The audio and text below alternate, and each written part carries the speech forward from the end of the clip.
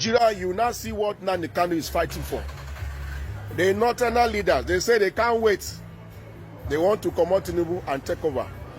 Nigeria does not belong to this Fulani, so now Tinubu will be the last president, make him be the last president, make everybody they own. But then they are own, they were own. There's no problem. They say they plenty pastors. Let me shock you, they're not plenty pastors. Everybody will believe in one Nigeria, way from Southeast, don't chocotalize. No be smart, you know, as Tinubu government don't remove Southeast for the whole budget of 2025 budget way into. Nothing this man allocate come for Southeast. As the House of Assembly, they pass now this our brother can't stand up, can they ask them, waiting they happen and which kind justice will be this one. We remember that all the whole prophecy of Mazin and the Carlo are coming to pass. As it's now right now, the northern Nigeria say the Tinubu no go rule come the next election and you know waiting go be. Tinubu no go agree and it go lead to me everybody carry chair going papa hard. Many people come they talk maybe now because of this thing. Now Tinubu they carry some budget they go for inside the Yoruba land. However, we will play the two videos where you watch before we come back and continue. Stay tuned and watch these full videos. Nigeria, you now see what Namdi Kanu is fighting for. The northern leaders, they say they can't wait. They want to come out Tinubu and take over. Nigeria does not belong to this Fulani, so now Tinubu will be the last president, make him be the last president, make everybody they own. But then they are own, they were own. There's no problem. They say they plenty pastors. Let me shock you, they're not plenty pastors. Most of the votes coming from the north, Niger vote. It is to see how these so-called brothers, they are so wicked. They allow people to enter their state, vote. After I go tell you, say they plenty pastors. Nigeria, when I wake up. Back when I wake up, because it's nonsense where this northern leader they do. My noise is that they are not even the real Usa. That's my problem. All the governors for the north, they make all the noise, all they are Fulanis. They come as they are open door for other people to come vote. Now they don't turn leaders. Say so. Jagaban, he go finish it. He go finish this election. When I say Muslim, we not complain. When I celebrate, throw away party, dance a willow, dance makosa. Now, the same when they talk say Jagaban not good. They don't go say container. One left and not say no, but again Nigeria. Look at these people. You can't just come and decide. Decide for who are they people decide for which people? Who they that not there? Who are those leaders? Who be those people say northern leaders? Where are they? Where will I imagine beggar full everywhere for those Nigeria all the Hausa? All the Hausa, everywhere you go. You can never see any Christian boy, any Christian child they beg anywhere apart from those people. So what are people leading? Now you cannot maintain your place and hold your place and care for your people. Now to come outside every time they cause spoiling for this country, say another leaders. But I don't rule this country more than 40-something years. Nothing to show for North. Nobody can go to North and open even a business, pure water business in the North. Yes, now no one leave this country. Make this country breathe. I rest my matter there. Make gonna take time. Mr. Speaker, I'm from a zone, and none of the Southeast and other zones are captured in this particular place. And this is a national budget. We have to look at it critically. Mr. Speaker, I want to bring the attention of the House in this item 281, Light Rail, Kanu, Ogun, Lagos. Mr. Speaker, I'm from a zone, and none of the Southeast and other zones are captured in this particular place. And this is a national budget. We have to look at it critically. It's not for a particular state, Mr. Speaker. The Southeast need to be included. That is my point of order, Mr. Speaker. Thank you. Thank you, Honorable. Your observation. I am sure in the course of the year there might be... Mr. Speaker, no under time. It is now. Let us do it now. Mr. Speaker, observation. They are already ongoing now. Yours is noted, Honorable, and will bring it to the attention of Mr. President. Order. In the near future, we'll ensure that that balancing is done, okay? Please, let's make progress. Order, please. Order, please. Border communities infrastructure carried. Military barracks accommodation carried. The effect has already overtaken it. Total capital supplementation carried. Total capital observation, Mr. Speaker. South for the rail. South. Decorum, please. My highly esteemed colleagues, decorum, please. Let's maintain some kind of decorum, please. Order, please.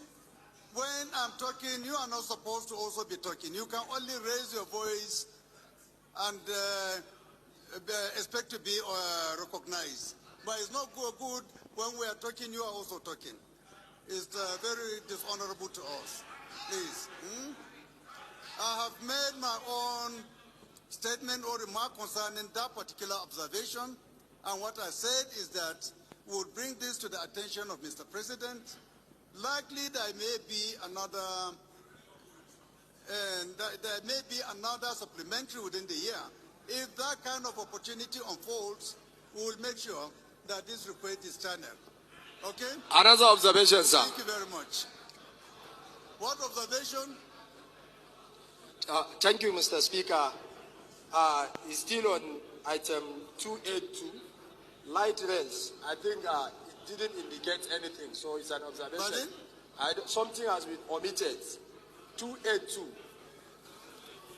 Which one is that? 280? No, 282.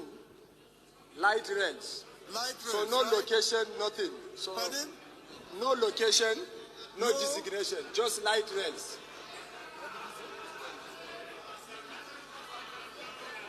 Light rail is the... But all of them have money.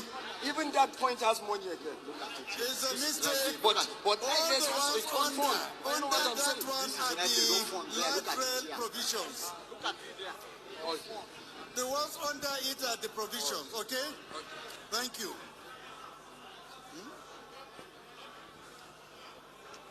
Observation, Mr. Speaker. Mr. Speaker, observation, please. Revert back to plenary Observation. to report progress. Mr. Speaker, observation, please. My observation has to do with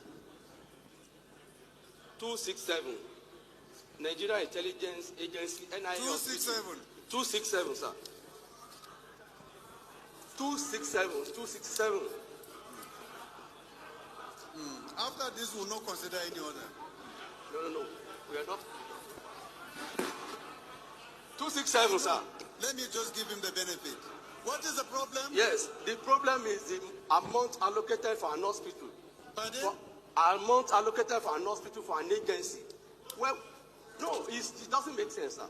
For us to for the budget to appropriate 238 billion for an hospital for an agency, when we allocated 137 billion for renewable power station. If you have that observation before we reach that number, yes, you should have raised. I have been saying observation, sir. You didn't listen to us. But we have already hit the gavel. And that very means wrong, the House has taken a position on it. It's okay. So sorry about it, please. You omitted 277, which is recapitalization of bank industry. And also to remind Mr. Speaker, we omitted. you didn't call it, yes, sir. You didn't mention it. You didn't mention it. And equally to lend my voice, Mr. Speaker, the exclusion of the Southeast in the rail and roads from that infrastructure, Mr. Speaker, is one about fairness and one with historical implications for unity and development of Nigeria. Mr. Speaker, I'm taking you by your words that maybe by the supplementary budget, the Southeast will be fully captured in the roads and rail infrastructures. Yeah. And any other zone that is excluded, Mr. Speaker. Thank you. Welcome back, my wonderful people. As una don watch that video, una don see national budget and none of Southeast zone are captured in that budget. Una don see train station Lagos, Kaduna, Gombe, even to Niger. No one come Southeast, and you go open your mouth. They toss one Nigeria and the carry should drop Biafra. Because you are getting peanut from the government. Na Madio and Aga Mapia your family issue there. Una don see am.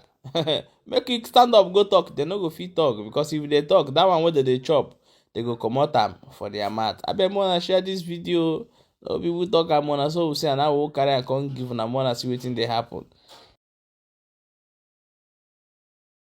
It's becoming clearer to Nigerians that what Trump's government is saying is nothing but the truth. They are busy granting Boko Haram fighters amnesty after such colossal damage that they've caused to this country. I served on that committee, and villagers kept telling us that in the middle of the night, helicopters piloted by white people kept landing and offloading guns, arms, and all kinds of and money to these people.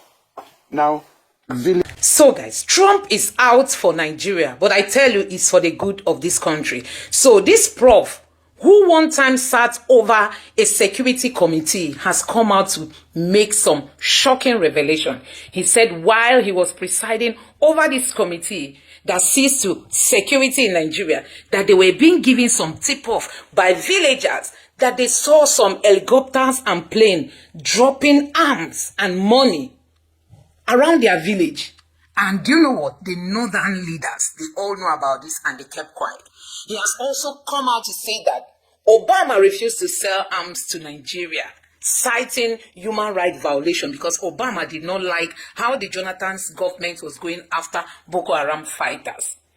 He also accused northern leaders of secretly going to the US to have secret meetings with the Obama's government. That it even got to a point where some officials in Obama's government were coming to Nigeria without getting any state clearance to have secret meetings in the north. That it got so bad and it was obvious that Obama has a hand in Boko Haram existence in Nigeria. So guys, you need to listen to what this prof said. Honestly, it is so irritating to hear this kind of information that even the north knew about this, the northerners. Don't forget that people like Buhari said any attack on Boko Haram is an attack on the north. Also, some people even called Boko Haram freedom fighters. Now, it's becoming clearer to Nigerians that what Trump's government is saying is nothing but the truth. They are busy granting Boko Haram fighters amnesty after such colossal damage that they've caused to this country.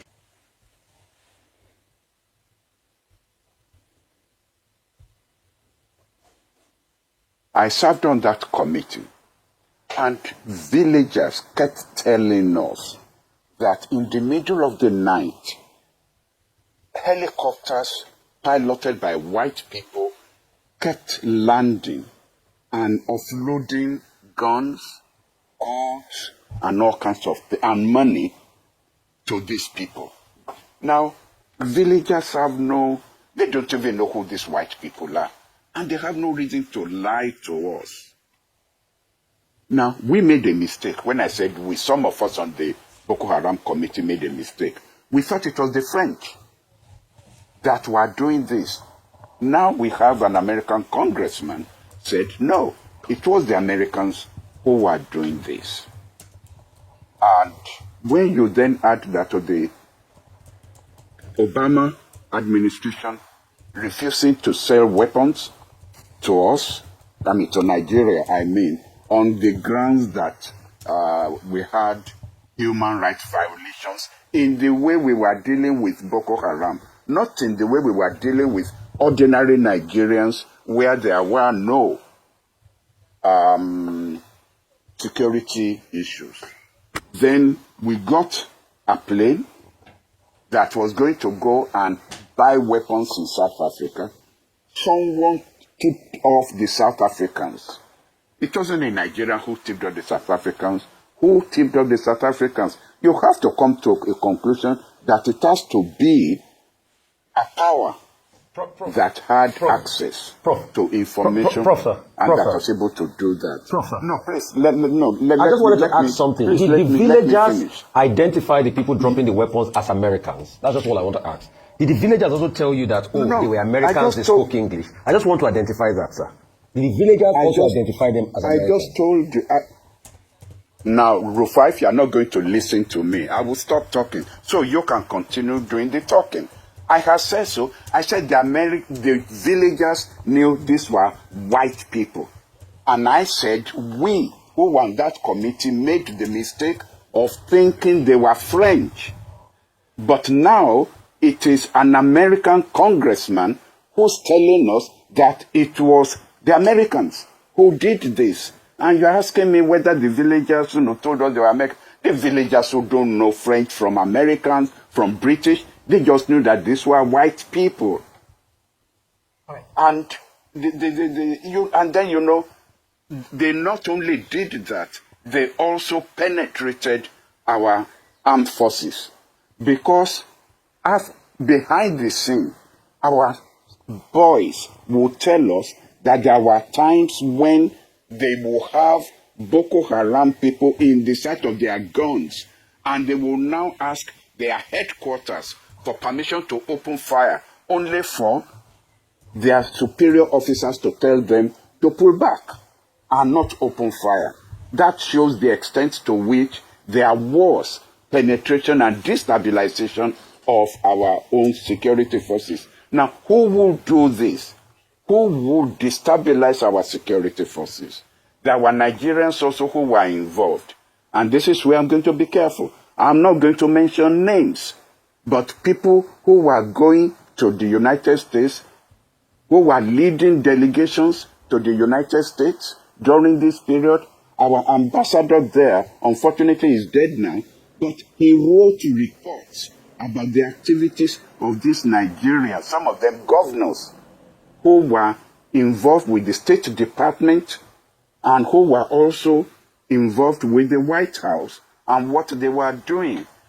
Now, who were the people who organized trips for Hillary Clinton and Kerry?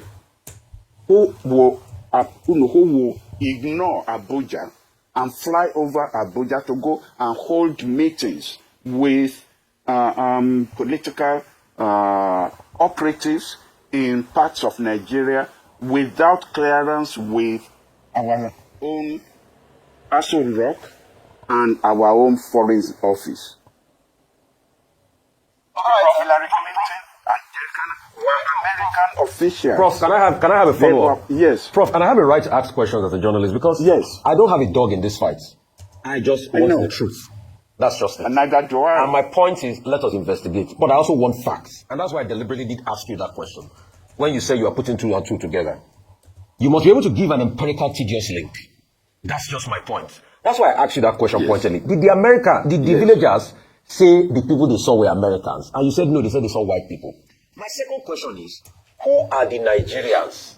And what did that report say about them and what they were doing in the White House? And why did that report not come to light? Because, in all fairness, Prof, it's unfair for us to come here and say we don't want to mention names for a Boko Haram insurgency that has killed a lot of people.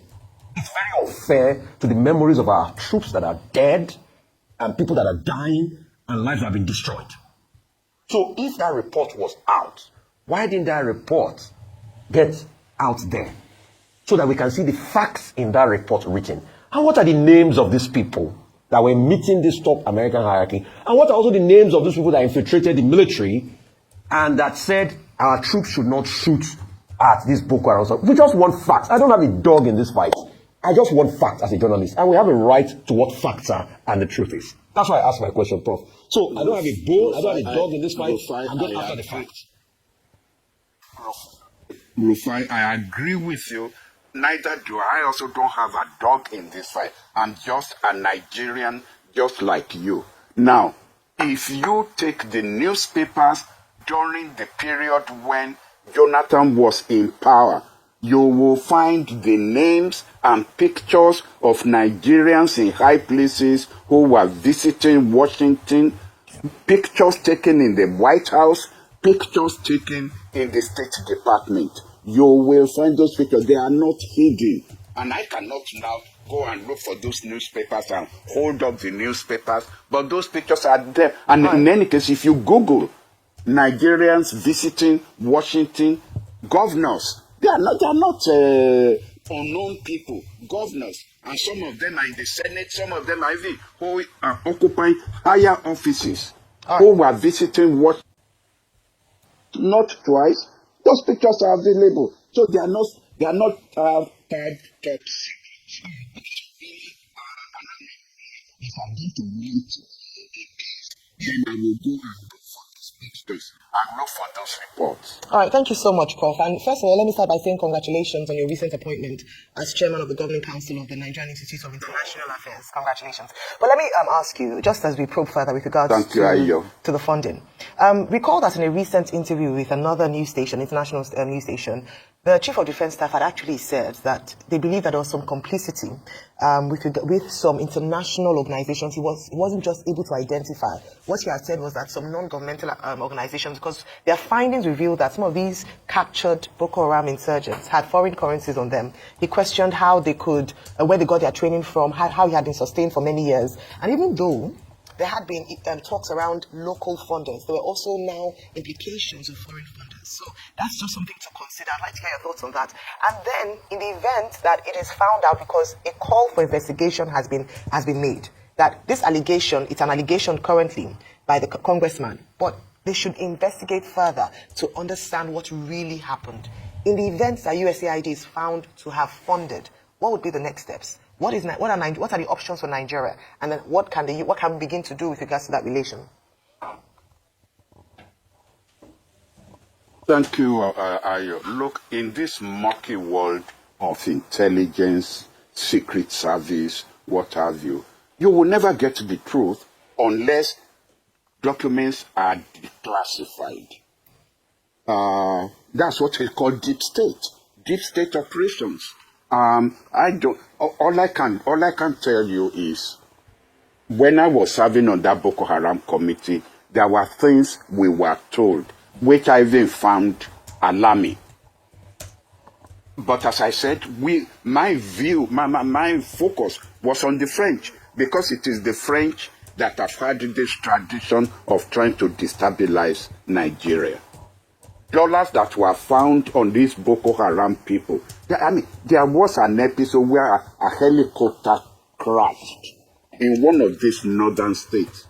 And it was plenty of dollars that were scattered all over the place. Now, that doesn't mean that was the Americans who were on that plane, because there are so many organizations who use the dollar, and I will not be surprised if various security or intelligence organizations or people who are involved in all these dark shade operations will use the dollar to cover their tracks and so on. So it does not mean, and that's why I didn't jump immediately that it's the Americans who were up to this until this congressman said it. Now, if I'm not going to believe the congressman about operations, and this is a congressman who has access to their own data, he may have his own motive for what he's saying and for what he's doing and for why he's saying this. But if I'm not going to believe him, and on the grounds of that, we then end up with, we don't know.